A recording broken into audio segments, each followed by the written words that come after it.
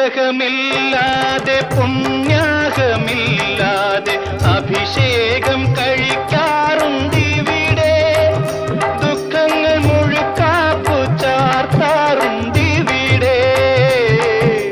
മേൽശാന്തിയില്ലാതെ മന്ത്രങ്ങൾ ചൊല്ലാതെ കലശങ്ങളാടാറുണ്ടിവിടെ.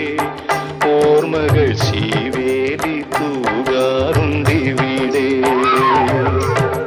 നടപ്പന്തലില്ലാത്ത ഇടപ്പള്ളിയില്ലാത്ത പഴയ ഗുഹാക്ഷേത്രം മാനവഹൃദയം ദേവാലയം. പോയ വസന്തം നിറമാ